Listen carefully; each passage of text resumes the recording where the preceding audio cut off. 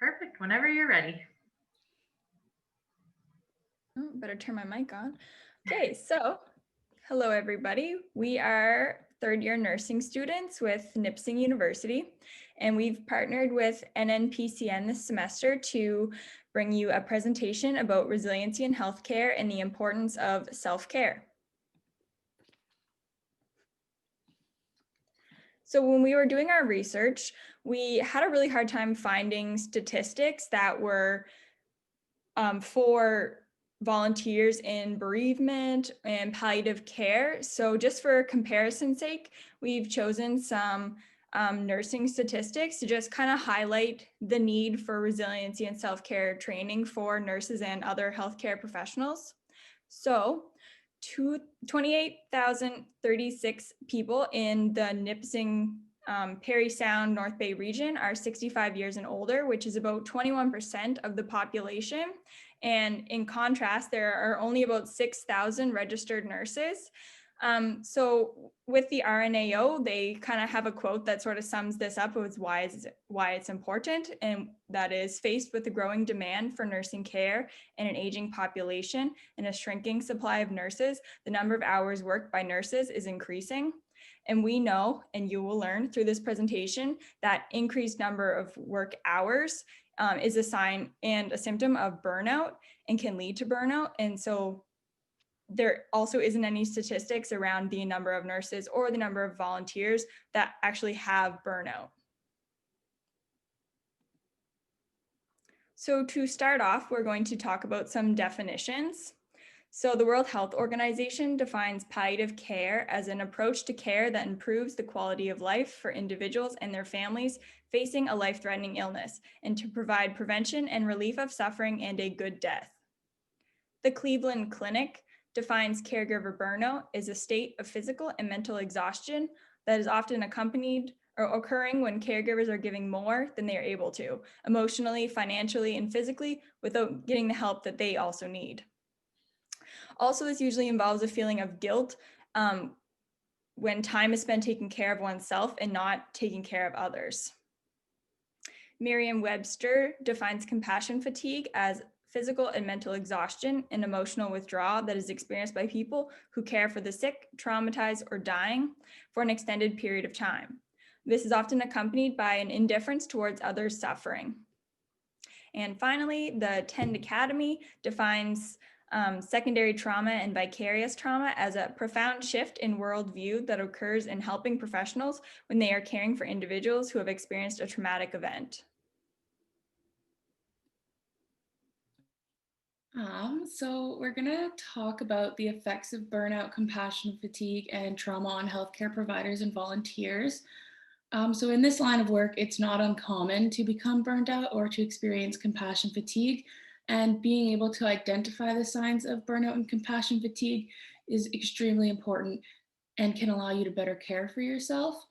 Burnout and compassion fatigue related to the workplace can have a variety of negative effects on you, both in the workplace and in your personal life as well. And lots of times people don't realize that they are experiencing signs of fatigue and burnout. So some things that you may experience are physical illness, poor self-esteem, depression, anxiety, and mood swings. And in advanced situations, the effects of burnout and compassion fatigue can lead to suicidal thoughts and substance abuse. Feeling burnt out in the workplace can play a big role in your decision to leave the workplace as well. And patients also experience the negative effects of burnout and compassion fatigue, because lots of times when you're feeling burnt out, it can be really difficult to provide high quality care to your patients. And lots of times patients pick up on how you're feeling, whether that's through your body language or the tone of your voice.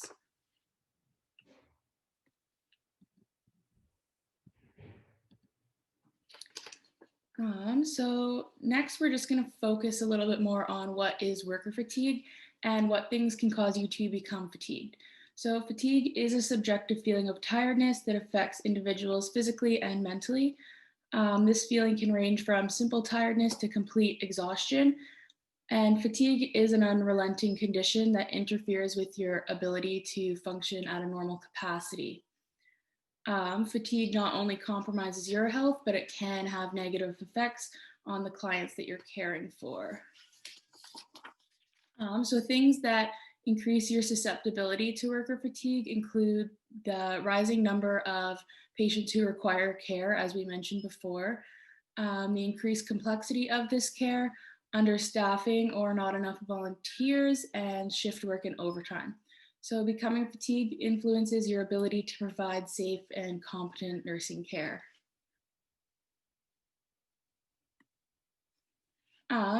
And as Josie mentioned before, it was difficult to find reliable statistics and resources that were just focused on volunteers.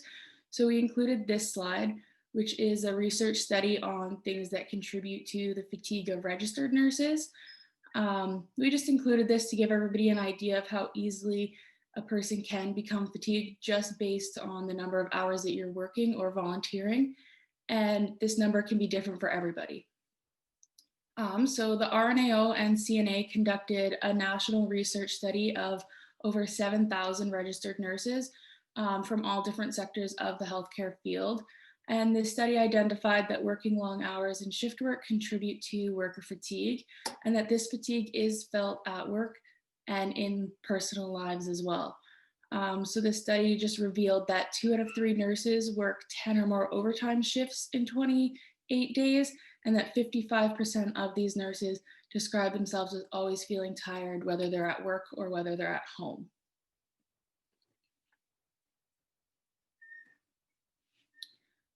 So this slide is a little bit more volunteer directed. So volunteer burnout is similar to worker burnout, the only difference really being that you're not getting paid for the work that you're doing. Volunteer work is extremely important and can be very difficult, especially when it comes to palliative and bereavement volunteering.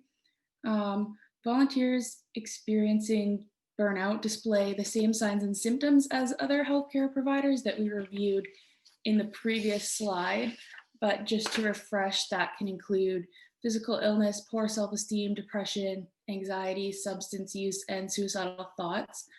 That being said, there are signs and symptoms that are a little bit more unique to volunteers. So when a volunteer becomes burnt out, it's easier for them to feel as though their work is no longer fulfilling. And this can result in volunteers becoming resentful towards the work that they're doing. Ultimately, this causes volunteers to stop volunteering, which has negative effects on clients and your fellow volunteers.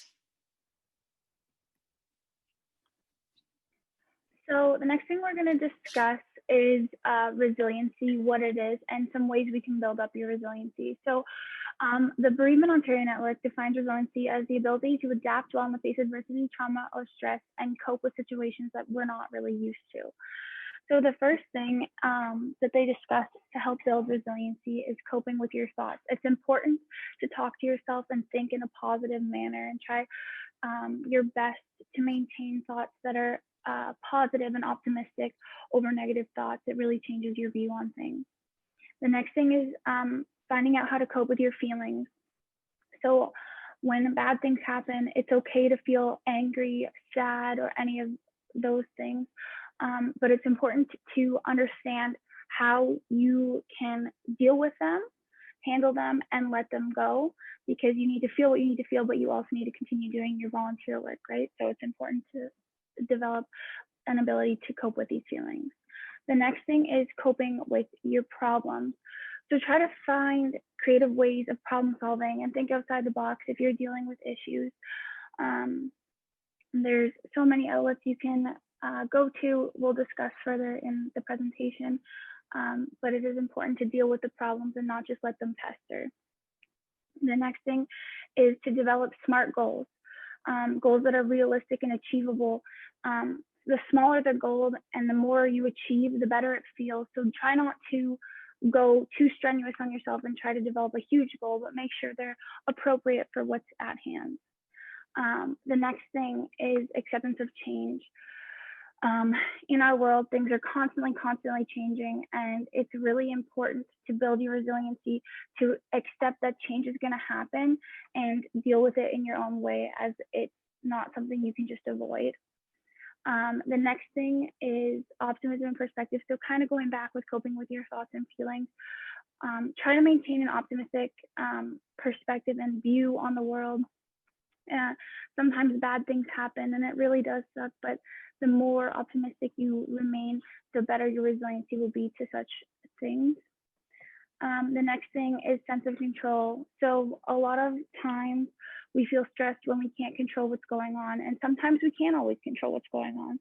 And so it's important to understand that you can to control what you can, but accept the things that you can't control. It'll help build the resiliency even further.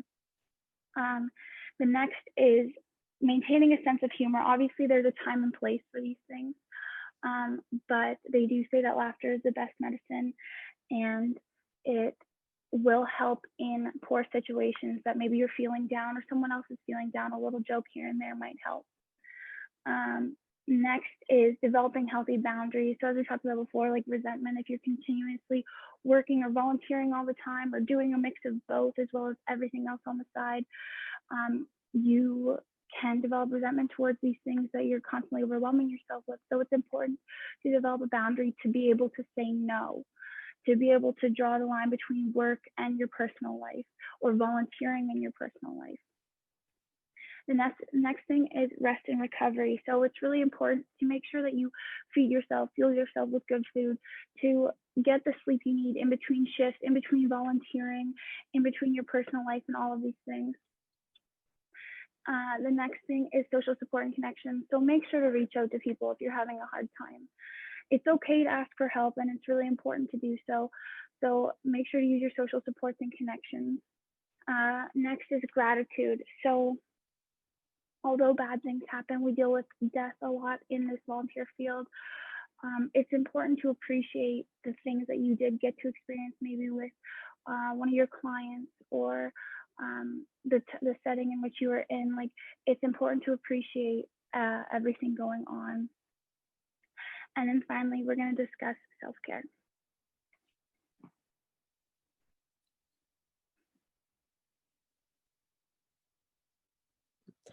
We wanted to talk about what self-care is, as well as include some self-care techniques that the College of Nurses of Ontario has recommended.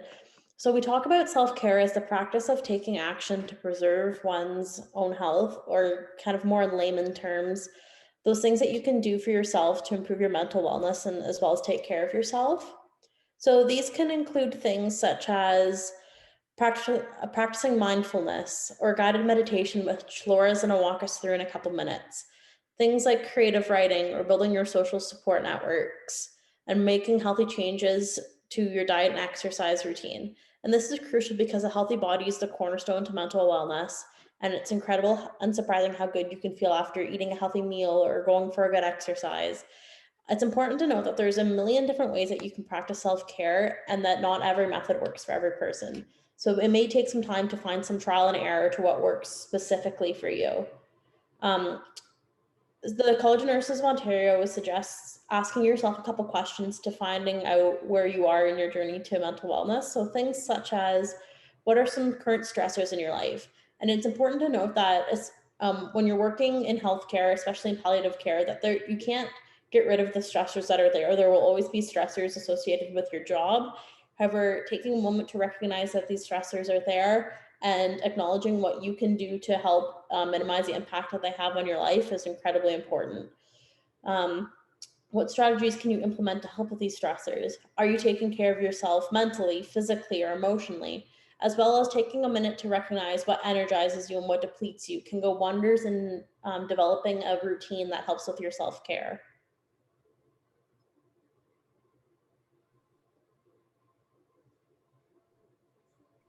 So the next thing we have here is actually a guided meditation that we got off of YouTube. So we just kind of put this in here to show you guys how easy it is to find ways to take care of yourself, such as guided meditation, how quick it is because it's only about 5 minutes, how easy it is to find because it's literally just off of YouTube, and there's so many other resources you can use to find things like this. So now we ask if you feel comfortable to turn off your cameras and follow through with this guided meditation. Hey there, and thanks for gifting yourself these next few minutes. Hey there, and thanks for gifting yourself these next few minutes. It's important to remember that you're a priority, and allowing yourself even just a few short minutes of intentional reflection can really have a positive impact on the rest of your day. So let's use these next few minutes to come back to center and set an intention for the rest of your day. Move into a comfortable position, whether you're seated at your desk at work or laying on the couch at home, and gently close your eyes and shift all of your attention onto your breathing, taking slower, deeper breaths than you've taken all day so far. Taking a deep breath in through your nose and slowly letting it out through your mouth. And continuing to breathe that way, feeling your lungs expand out as you inhale and contract back in as you exhale. Tune into your body, noticing how it feels. Noticing if there's anything that it's trying to tell you. Notice any place of tension or tightness in your body. Give those areas permission to relax, sending love into those areas.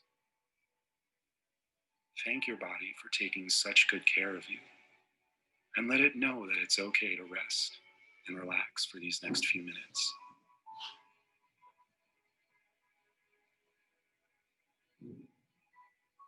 You may notice that your mind starts to wander off.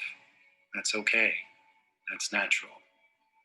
Just notice it and bring your attention back to your body, using your breath as your anchor. Try to picture one thing that's happened today that's made you smile, or made you thankful or appreciative. And just let that feeling fill you up for a moment. Breathe that feeling in from the top of your head to the tips of your toes. And allow yourself to smile if that feels natural. Now focus on something that you can do today, whether it's for yourself or for someone else, that will allow you to continue feeling this way. It could be something as small as deciding to go to bed early tonight, so that you have time to finally read that book that's been on your bedside table. Or the joy of getting dinner with a close friend. What's one little thing you can plan for your day to bring that intentional joy to it? Now just focus on that for a few minutes. Sit in that feeling of joy and peace.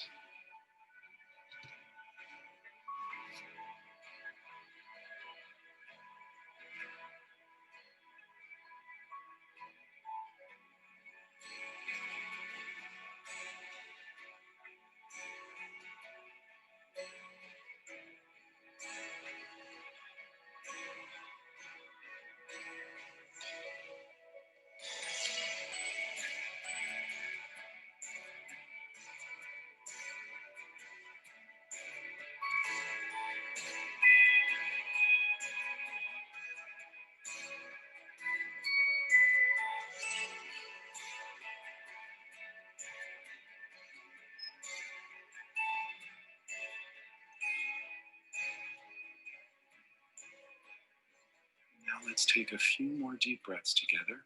A deep breath in, feeling your lungs expand out as you inhale, and everything contract back in as you exhale. Again, an even deeper breath than the one before it. Holding that breath for a beat, and exhaling everything out.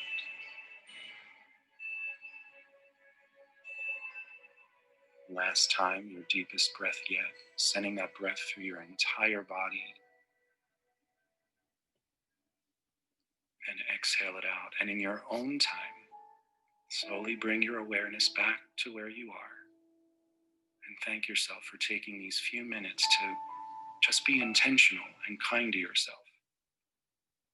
And when you're ready, you can gently open your eyes and enjoy the rest of your day.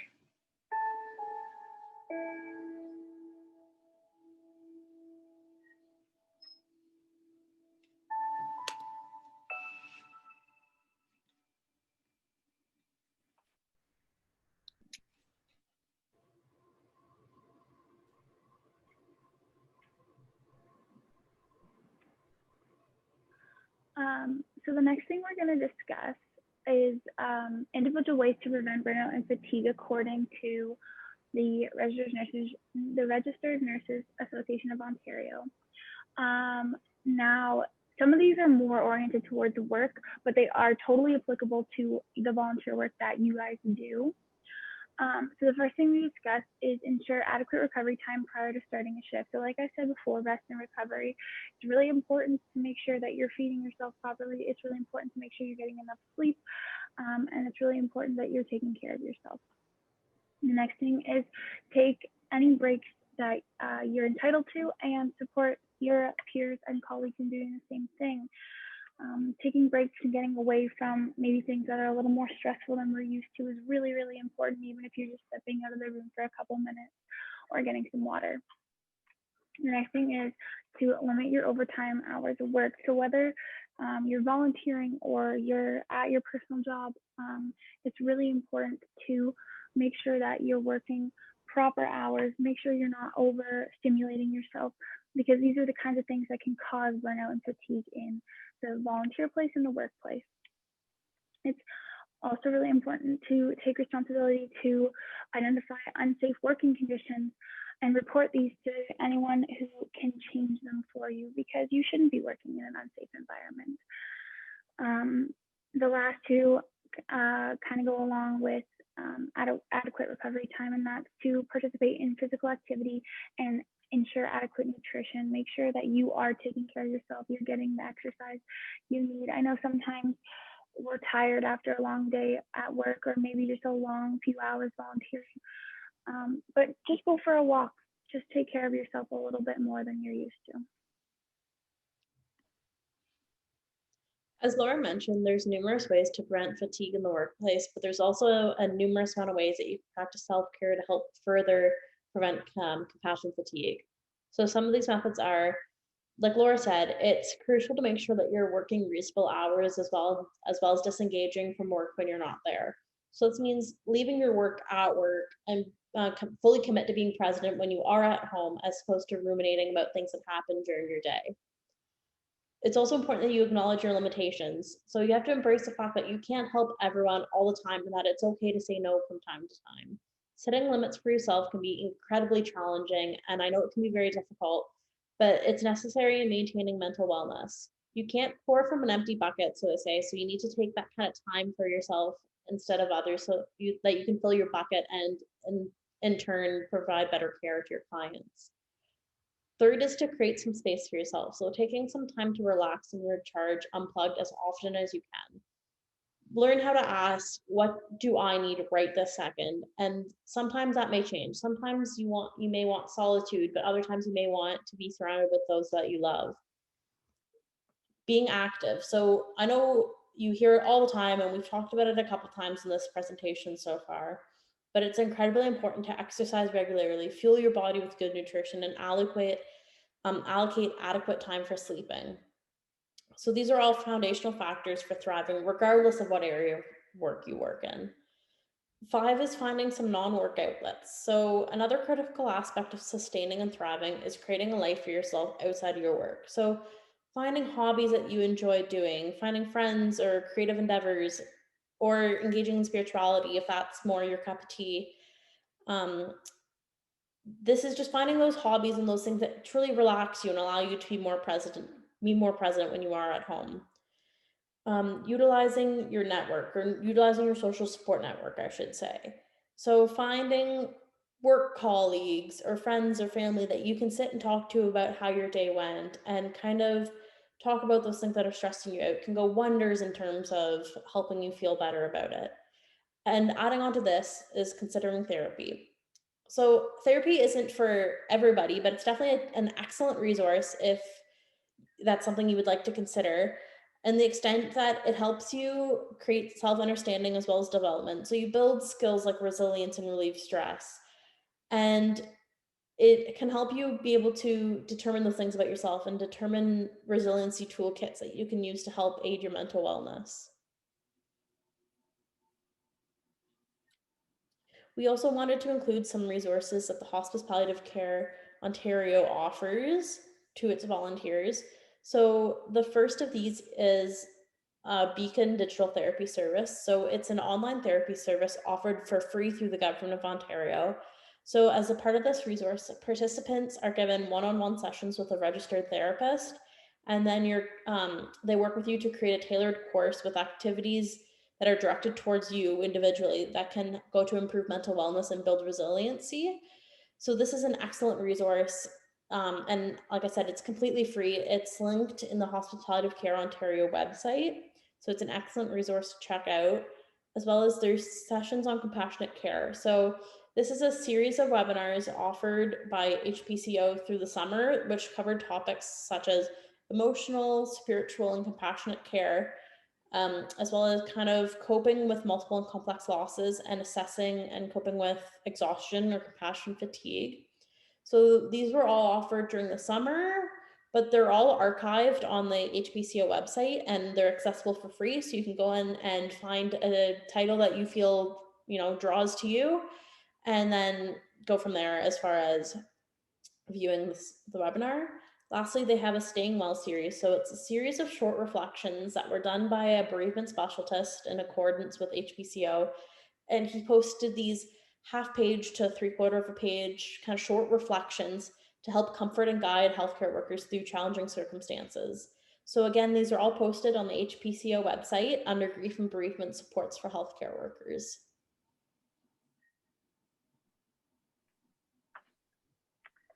So why should we care? Why is this important? Well, it's actually shown in research, according to our NAO, that self-care can help mitigate workplace incidents and injury, and reduce adverse patient outcomes within the workplace. So this does sound more workplace oriented, but it is applicable in volunteer cases. It can help you so you're not injured. It can help your clients so they're not injured. Overall, self-care is really important for both of you guys. It can help increase productivity. So the more rest you get, the more you're taking care of yourself, the more you want to be there and the more things you want to help out with and the more things you want to get done. It can help prevent absenteeism. So again, because you're not exhausted, because you're not mentally drained or fatigued, you are more likely to go in and complete your volunteer hours or go into work and do these things. Again, it helps increase overall job performance, in your case, volunteer performance, and it can increase the overall health of patients and workers because there was a study done and it shows that burnout and fatigue can lead to diabetes, depression, anxiety, and self-care can reduce these incidences.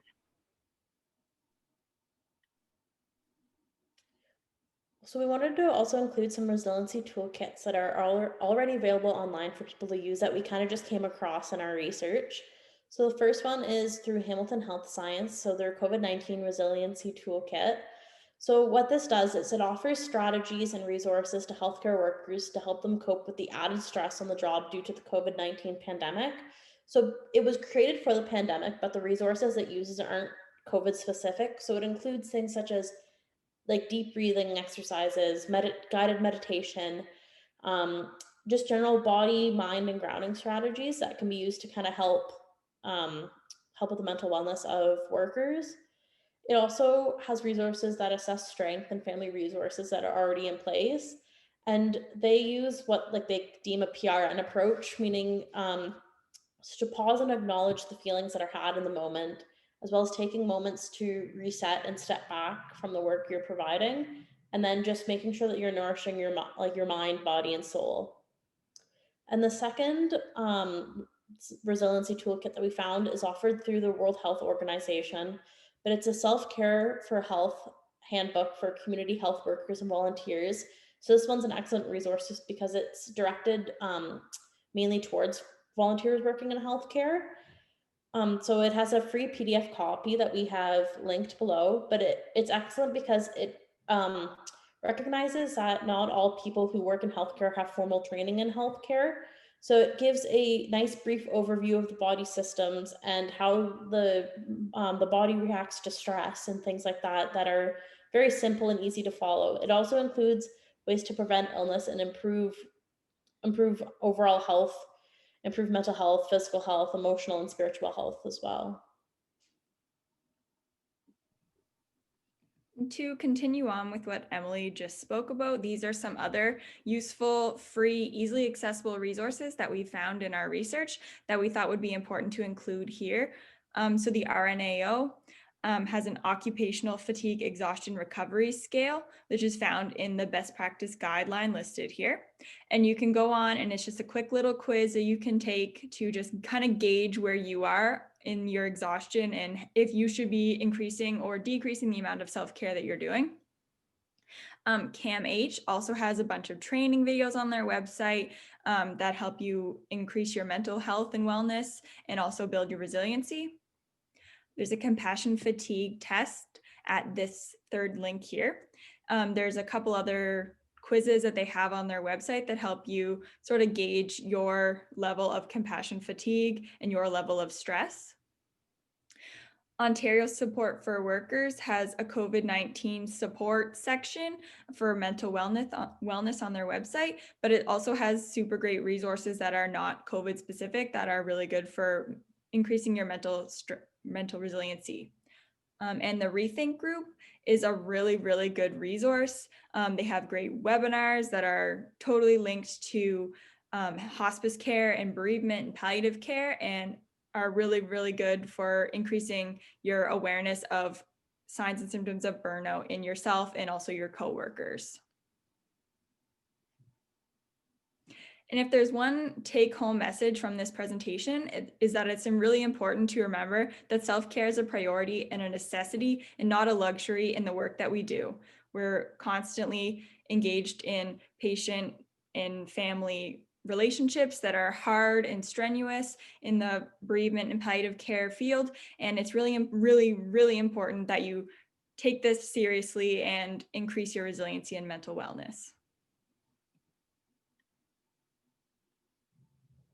Yeah, that's it.